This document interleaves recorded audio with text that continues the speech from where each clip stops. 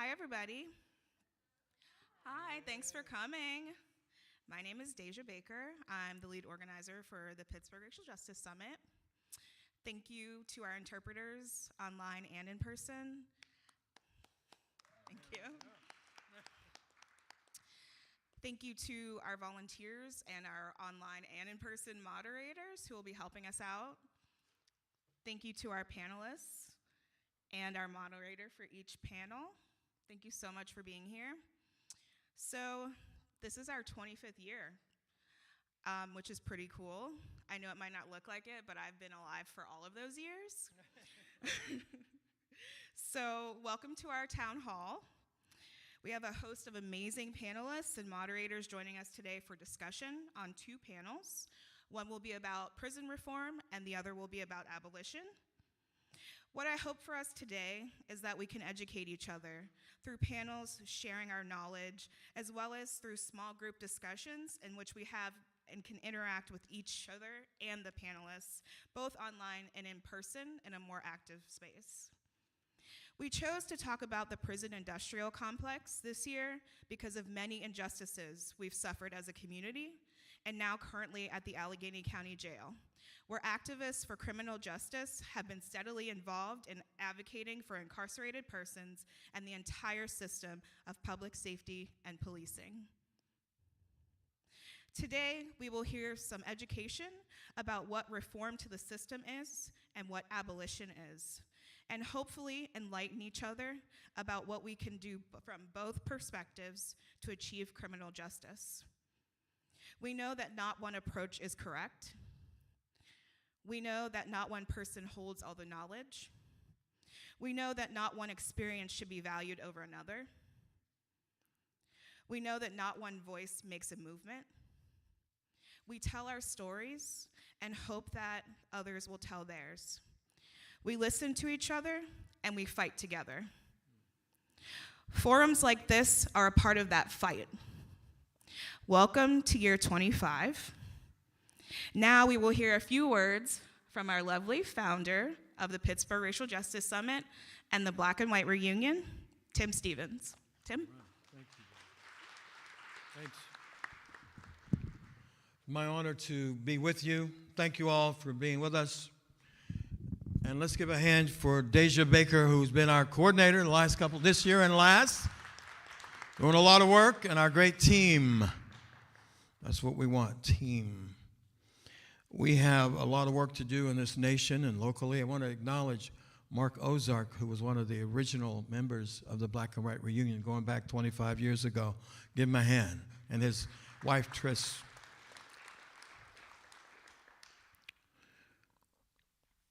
We are celebrating, as she mentioned, our 25th anniversary of the summit under the Black and White Reunion, which we call a multicultural initiative of the Black and White Reunion. And we started out when back with Mark and Tris and others, my friend Ann Mason and many others, dealing specifically with the police issue. The police issue has been with us forever. It continues, but we also continue to have progress and advocacy. I just had a meeting this week with the acting chief on a proposed bill on stop and frisk that we've been working on for some months. We hope to bring that to a conclusion. Representatives of Alliance for Police Accountability have been on those calls, the NAACP. The Urban League has been on the call, and of course the Black Political Empowerment Project. We're hoping to get that done very soon, because one of the initial stops between the police and the community leads to some of the negative interactions, beatings, shootings, sometimes deaths occur out of police stops and pedestrian stops on the street. We're working on that. Some of you in this room have been with us and we with you the last few months, approaching the Allegheny County Jail Oversight Board on these issues in our Allegheny County Jail, which we view as absolutely unacceptable. Councilwoman over there has been absolutely fabulous on this issue and doesn't quit, and we will not quit. And we appreciate her advocacy and no kiddingness, if I may say, about getting it done right. A couple announcements for you that Mark, as I said, who's been with us from the beginning, has an event he wanted you to know about, Protect the Right to Protest. And many of us in this room have protested, some for many decades, and others will be protesting in the future. But Protect the Right to Protest, it'll be Thursday, December 8th from 6:30 to 8:30 at the Calvary Episcopal Church, 315 Shady Avenue. December 8th, Calvary Episcopal Church, 315 Shady. And on this Saturday at 11, from 11 to 2, at Obama, some of you who are older may think of it as still Peabody, but Obama, 515 North Highland Avenue, Taking Back Our Human Rights, Shaping Black Pittsburgh's Appeal to the World. So that should be an interesting conversation. Justin Hansford, professor of law at Howard University, is a member of the United Nations Permanent Forum of People of African Descent. So he will be speaking. Just FYI, I will not be there because of the funeral of my close musician friend, Leonard Johnson III, who did my albums with me and most of my performances in recent years. Otherwise, I would be with you at that event. The summit, which is January 21st from 9 to 6, and Friday night at 7, we will continue our conversation on how we deal with justice, how we deal with equality. We move far from just the issues of police brutality and police accountability, which we continue to do, but we've branched out where we have normally 30, 35, sometimes more forums or workshops on various subjects. We invite you to participate in helping to conduct or lead workshops on issues of equality and humanity of whatever nature. Civil rights, human rights, the gay rights, the climate, whatever it is we want. We've expanded the agenda dramatically in recent years. So we hope you'll be with us. And what we say about the Martin Luther King, it comes after the Martin Luther King holiday, is it's January. It's an opportunity for each of us in this room and those beyond who are watching through the technology today, that it gives us a chance to reactivate our commitment to justice, whatever that justice may be. And Dr. Martin Luther King was the epitome of that, seeking justice, seeking equality. We have two great forums tonight, and one is led by my friend here. He goes by the doctor. Jamil Bey, founder and president of Urban Kind. I asked him, how do you describe Urban Kind? Because we've been in some meetings over the years. He calls it think and do, a think and do tank. And Bethany Hallam, I thought that was a cool description. Think and do. Sometimes you need to think before you do. Sometimes if you do before you think, you might get in difficulty. It may not be as successful as you want to be. His goal is removing barriers to thriving black families. That's a big topic, removing barriers to thriving, not just surviving, but thriving. There's a big difference. Let's give a hand to Dr. Jamil Bey, who will be facilitating this panel. Thank you, sir. Tim will set you up with some poetry. But thank you. I said I'm Jamil Bey with the Urban Kind Institute. I am really looking forward to this conversation tonight. It's a complicated conversation because of where we are and who we are, right? This is the United States of America, right?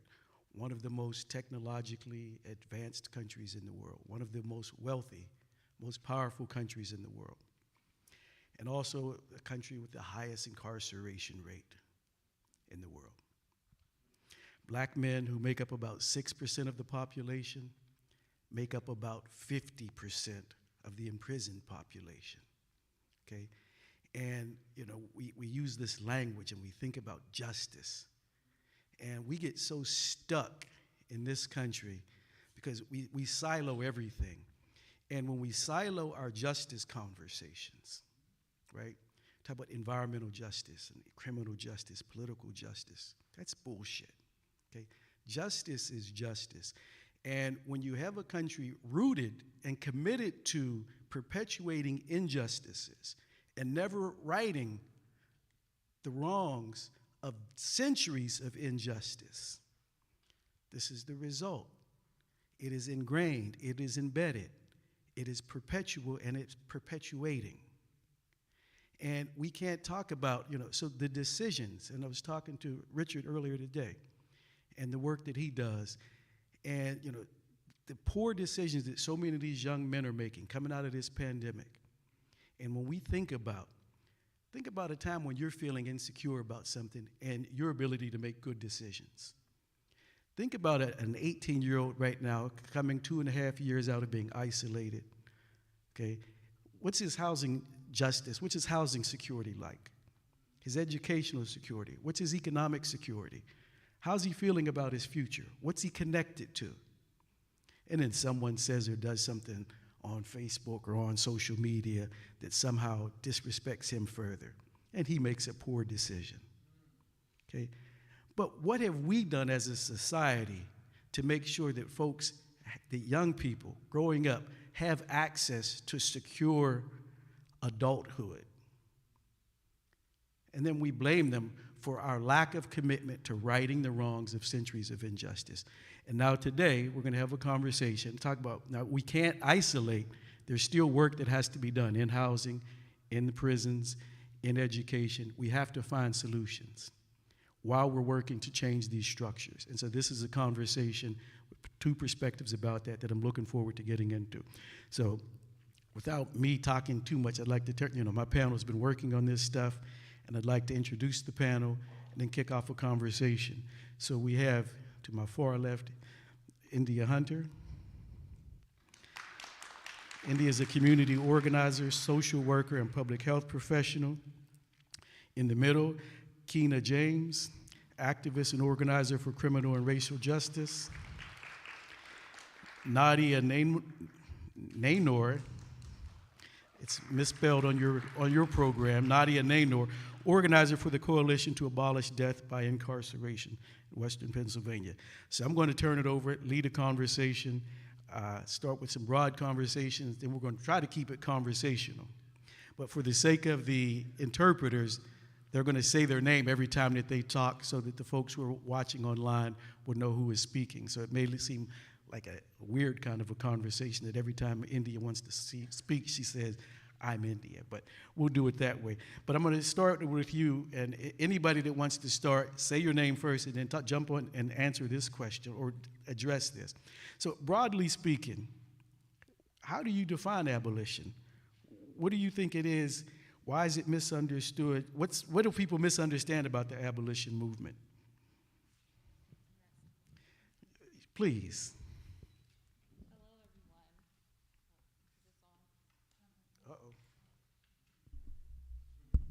Okay, can you all hear me? Wonderful. So this is India Hunter speaking.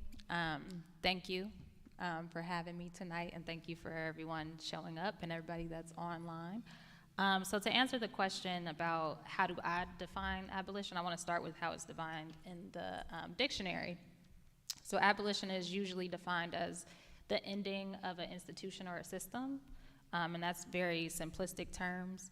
And I think that that does us injustice when we talk about abolition, because when people hear that, they automatically think of destruction and anarchy and all of the things. And people don't like things being taken away, even if it's a bad thing that's being taken away.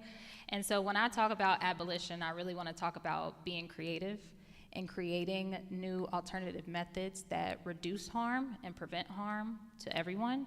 And so that's pretty much how I define abolition. And then thinking about what's misunderstood is basically that. I think when we talk about abolition, people automatically think what's next, or if we don't have police, if we don't have prisons, what comes next? How can we just have nothing? And I think that's a large misconception when it comes to abolition. It's not about having nothing, it's about redirecting resources and redirecting energy and effort on a community level to actually focus on accountability versus punishment. A lot of times people will conflate consequences with accountability and consequences with punishment, and I think that that does a huge disservice to us all. And so when we think about abolition, the focus really should be on how do we collectively turn punishment into accountability. Hi, this is Kyna speaking. Just to add on, to me, abolition is, the call that was going to inevitably be made. Our ancestors, you look at, what we know about slavery and how they had to fight so hard just to get free. And then we look at the next generation who had to fight so hard to get the same education as our, counterparts, or, to go to the same schools, to use the same water fountains, to, ride on the same parts of the bus. And now we're at a point where, you see when we are making progress, and I say that in quotation marks, right? Because as soon as we make too much progress, they try to take it away from us. So to me, abolition is inevitable. And, I feel like people have all these questions about abolition, which, rightfully so, right? But we're talking about systemic oppression and how the police itself has been an institution in America for over 320 years, and it hasn't worked for 320 years because it was never meant to work for us. So why keep continuing to fight against a system and trying to make something better that was set to make us fail to begin with?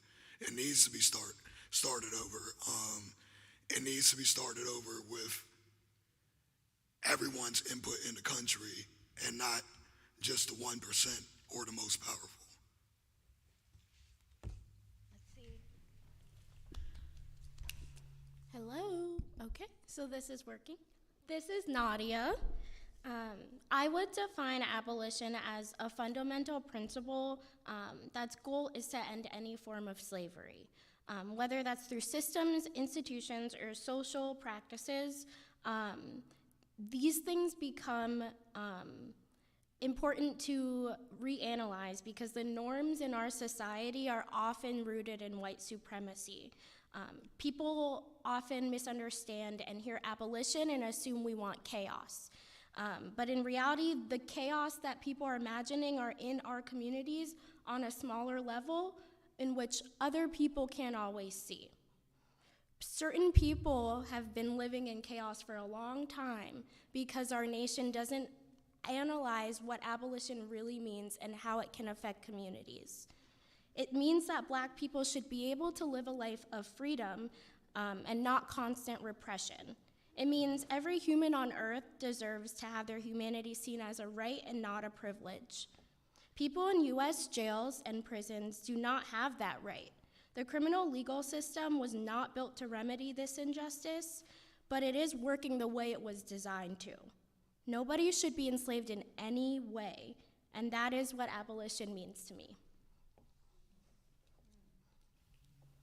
All right, so with that, Nadia, let's start with you this time. How does that show up in your work? Where is your work focused? So my work is focused on advocating and supporting people who are sentenced to life without parole in PA. So CADB is the Coalition to Abolish Death by Incarceration, not just because our coalition is made up of family members of loved ones and just friends of loved ones who are incarcerated, but because we're a community that understands that no one should be in a cage and sentenced to die there by officials who decide who you are for you. Prisons are inherently for profit in every way. They're institutions that make deals with private institutions and perpetuate white supremacist ideals about who a person is supposed to be. If we don't match those expectations, our humanity is stripped away from us entirely in jails and prisons, and people suffer. PA has over 5,000 people serving death by incarceration. This makes our state one of the leaders in incarceration in a nation that's leading in incarceration. Now, jails are just nursing homes without the medical help. Jails and prisons have deplorable conditions in which the elderly are sitting in agony, abused and ignored, when in reality, many of these people aren't dangers to the community. If that's not an emergency, I don't know what is.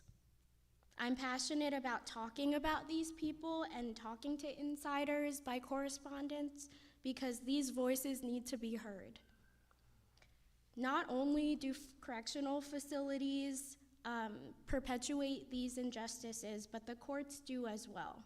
Families are suffering because of plea deals, judicial misconduct, felony murder laws in cases decided by officials who have been fired, disbarred, or found as abusive and racially motivated by decisions they made decades ago that don't get to see the light of day. This is wrong, and this is why I do what I do. The trauma this state has put on citizens should be illegal, but it's not, because incarceration is legal slavery in this country.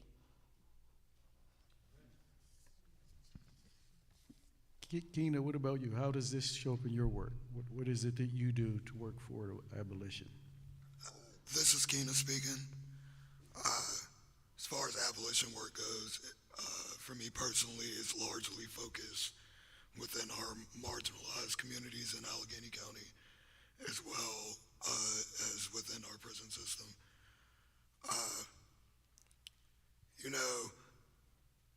I've knocked on not an exaggeration, probably almost, if not all, doors in our marginalized communities in Allegheny County. For one reason or another, I'm the former coalition organizer for the Alliance for Police Accountability. So, whether it was to let them know about ballot initiatives or just the many free resources that many organizations have available that they're not aware of.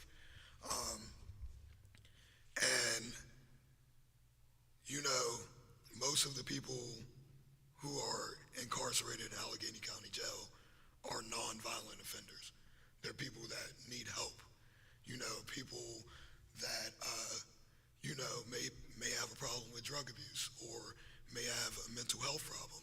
And, their idea of helping people is by locking them up in solitary confinement or, having them in prison to begin with, which they shouldn't be.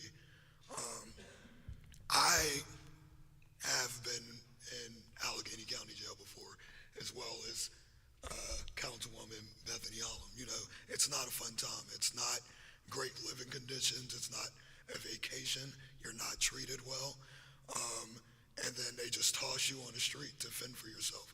You don't go to jail and get out with a plan. They're like jail. The way they describe prison is that it's supposed to rehabilitate you, and it does the exact opposite. Most people come out way worse than they went in. So again, and it's just about the bigger picture. It's poverty breeds crime. When you're over-policing our communities, when people were spending countless amount of months, years in jail, we have people sitting in Allegheny County Jail right now who haven't even gotten a hearing in 3 years. How? And we talk about justice. We look at our elections over the last 4 years, and us to be in in what is considered one of the most racist states in America, for it to be so blue right now, if that doesn't speak volumes, I don't know what does. Y'all are touching on a lot of stuff outside of the questions in front of me that I need to dig into, but I'll follow up in a minute. India, how about your work? What do you do to fight it, to push this issue? Yeah, when I was thinking about this question, I was like, how do I define my work? Anybody who knows me knows that I'm involved in so much. But I think, for starters, the start of my abolition work actually started with youth empowerment and advocacy. A lot of people don't look at children or youth as a marginalized group, and they absolutely are. They are one of the most marginalized groups in America. Even if they haven't been through harm, they don't really have a lot of agency. There's always a guardian, supervisor, parent who is required to sign for them and make decisions on their behalf. And then when you layer that with touching the criminal legal system, that also becomes a problem with their agency. And so I've done a lot of work around the school to prison pipeline, the push out phenomena, and also the abuse to prison pipeline, which are terms that I would love to get into another time. I could talk for hours about that. But I think in general, really advocating for our youth, because a lot of times no one advocates for them and nobody advocates for them to have agency. So when it comes to advocacy with them, it's really giving them the space to utilize their voices and talk about their own experiences. And then another focus of abolition that I really focus on is reproductive justice. And so within that, it really looks like advocating for everyone who is incarcerated. People who are incarcerated have higher rates of experiencing sexual violence before they become incarcerated, as well as after they are incarcerated. They're victimized through interactions with other inmates, interactions with correctional workers, and victimized by the system in general. And so, and when I say reproductive justice, a lot of people think about women, particularly black women, as the phrase and term was coined by black women, but when we talk about reproductive justice, that's for everyone.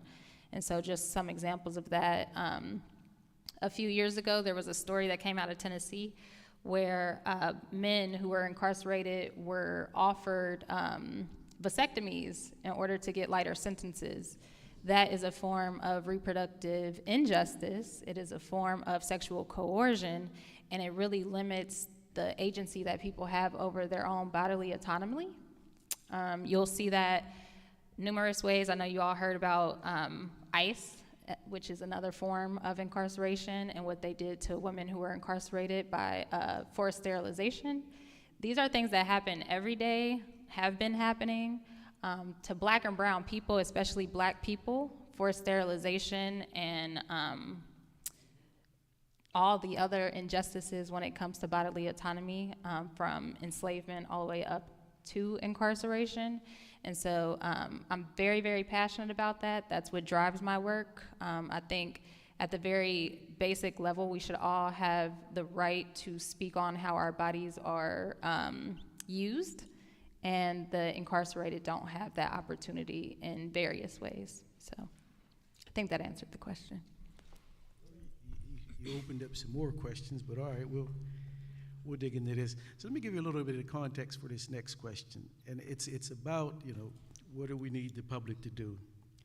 But so when you're opening, India, you mentioned, that we can't imagine. It's hard for folks to imagine anything different because we're so committed to this. And I remember I was in New York during the 2010 gubernatorial campaign, and one of the candidates was talking about reducing the prison population, and it was talking about how the state of New York puts almost $50,000 per prisoner, and that's not sustainable. And the backlash was that all of these new prisons they built in upstate New York, you're subsidizing economies, that there are populations there that you've now created work in these rural white communities. And now this new governor candidate's talking about taking that away. And so you have a public that's committed to that. And you think about Huntington, and you think about Greensburg, and all across Pennsylvania with the newer prisons that we have. And that's the economy.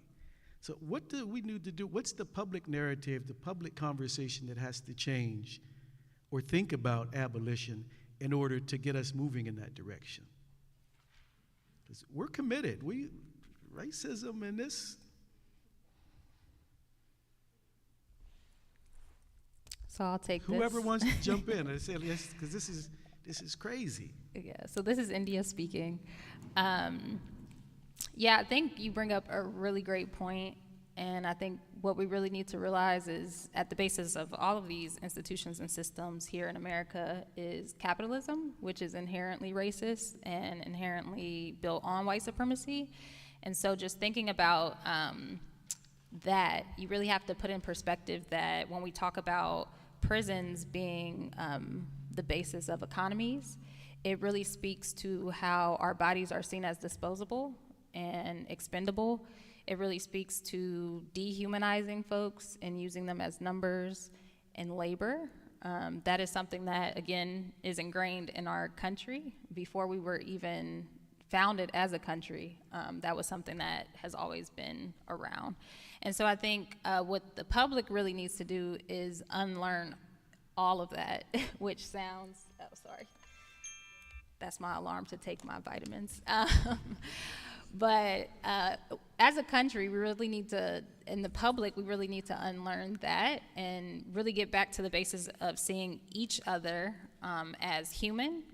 And what that looks like is really understanding that people make mistakes.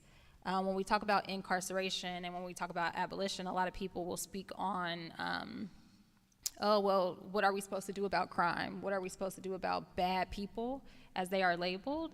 And I think that does a huge disservice in how we view people as human. It dehumanizes them. It puts us in a space where we're talking about who is worthy of compassion and who is not worthy of compassion.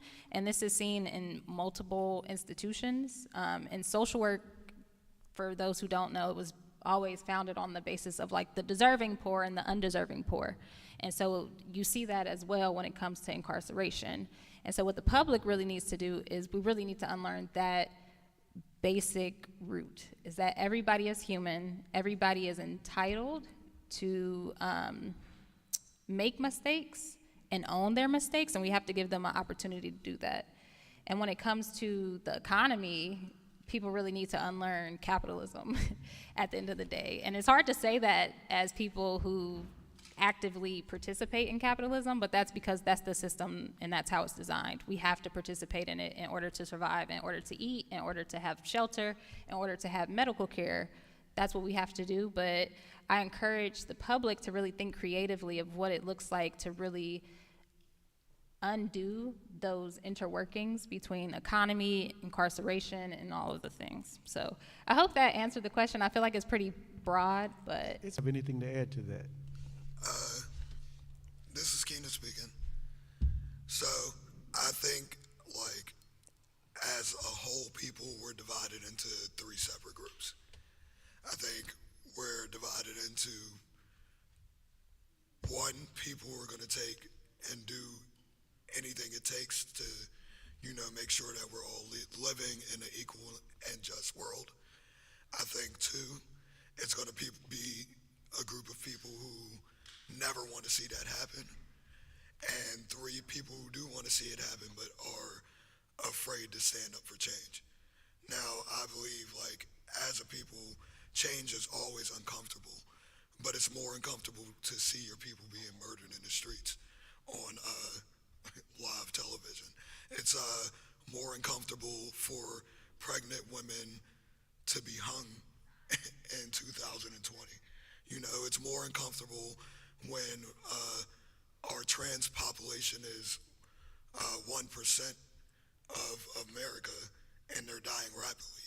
It's more uncomfortable when we're rapidly being erased, and don't think that's the sense of urgency. And the term silence is compliance is very real. Like, you can't say that you don't believe in the system and not do anything about it. You can't say that and just